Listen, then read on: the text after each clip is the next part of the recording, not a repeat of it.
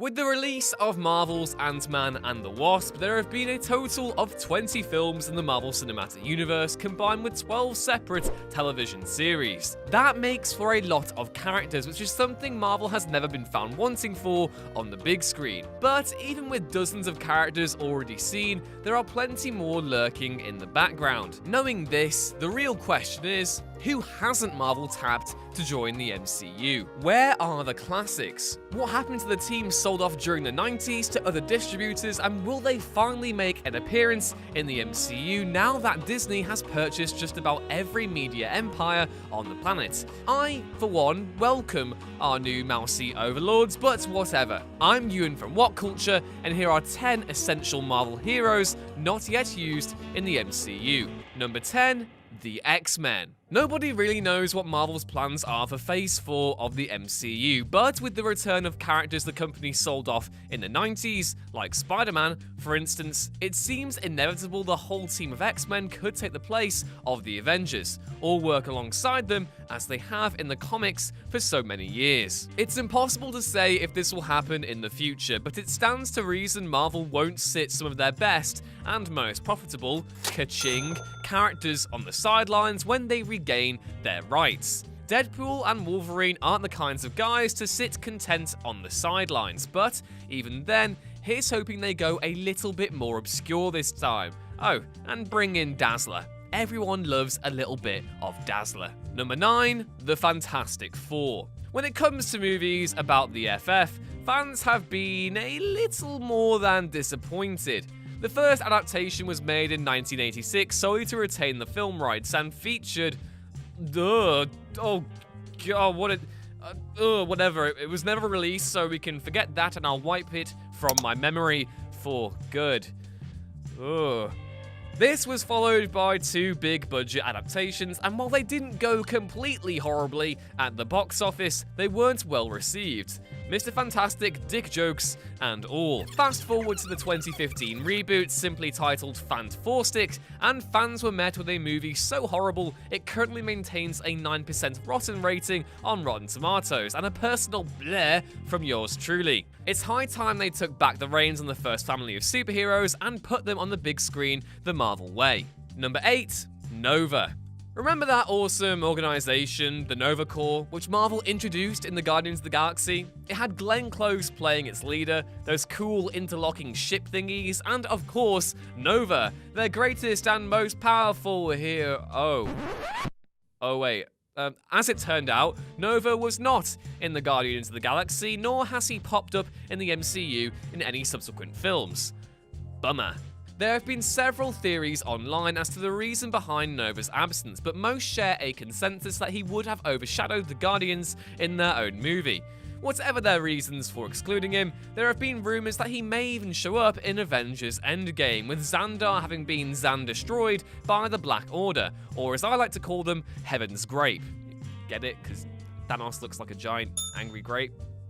There you go. James Gunn mentioned in a Facebook Q&A that he was planning on introducing a, quote, real Nova to the MCU. While Gunn has since been fired from working on the next Guardians movie, his script may still end up playing a big part, with Adam Warlock set to join too. Nova has been a member of Marvel's New Warriors for years, but he isn't going to be in the TV series. This may suggest Marvel is saving him for something more, and hopefully he makes a big splash in Phase 4. Number 7, Spider-Woman. Spider-Woman is one of those characters who never really made a big splash when she was first introduced, but has since gone on to earn a large following in recent years. There have been several women to claim the name, but the first and most likely to hop onto the big screen is Jessica Drew. Interestingly, Spider-Woman is not as closely associated with Spider-Man as many believe. Because of this, she wasn't included in the deal when Marvel sold Spider-Man and his affiliated characters to Sony. She even had her own animated series in 1979 and made appearances on various cartoons and video games in the intervening years. She may be best suited for the small screen thanks to the character's close association with Hydra and S.H.I.E.L.D., both of which have played large roles on Marvel's Agents of S.H.I.E.L.D. She may just be the sort of street-level superhero who would play well in a Disney series too, which is a definite possibility given her growing popularity among fans from our ongoing Solo book. However, there's still actually a pretty decent chance she could appear in Spider-Man Gap Year, Spider-Man Far From Home, which would be pretty neat too. Number 6, Wonder Man. Wonder Man started out as a villain, but soon made the transition into heroism and became a full-time Avenger. He's one of the more powerful members of the group, but is a bit too similar to Tony Stark, which may be the reason why he hasn't yet shown up in the MCU.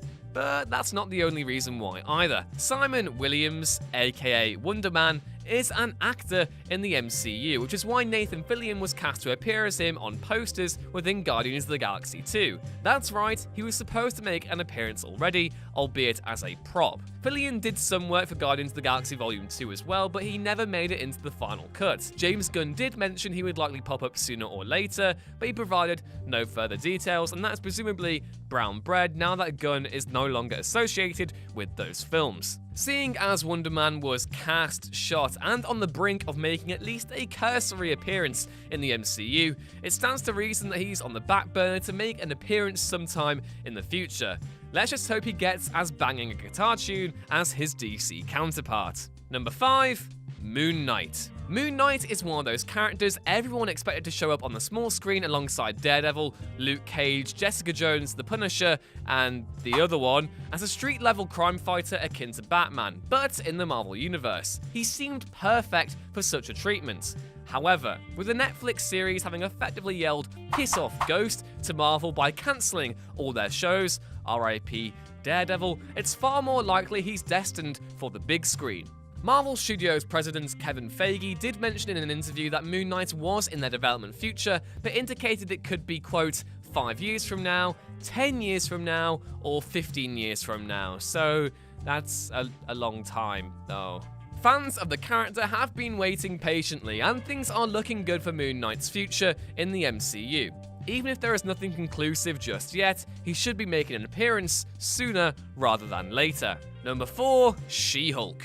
Even with a solo film and multiple appearances in the MCU, Bruce Banner's backstory and his time as the Incredible Hulk hasn't been as fleshed out as much as it could have been. Case in point, where on earth is his cousin, Jennifer Walters, aka She-Hulk? The lady version of the Jade Giant has been around since 1980, but she never got the attention her cousin has when it comes to movies and TV. She-Hulk actually has most of the same powers as her cousin, but retains her intellect and own personality whenever she transforms. She's been affiliated with just about every superhero team Marvel has in its roster, leaving plenty of opportunities to make her appearance in the MCU. There is at least one reason why we haven't seen Walter's She-Hulk in the MCU just yet, however, and it's tied to a complicated deal between Marvel and Universal Studios. Universal actually own the rights, and while they worked out moving the Hulk, his cousin currently remains unavailable.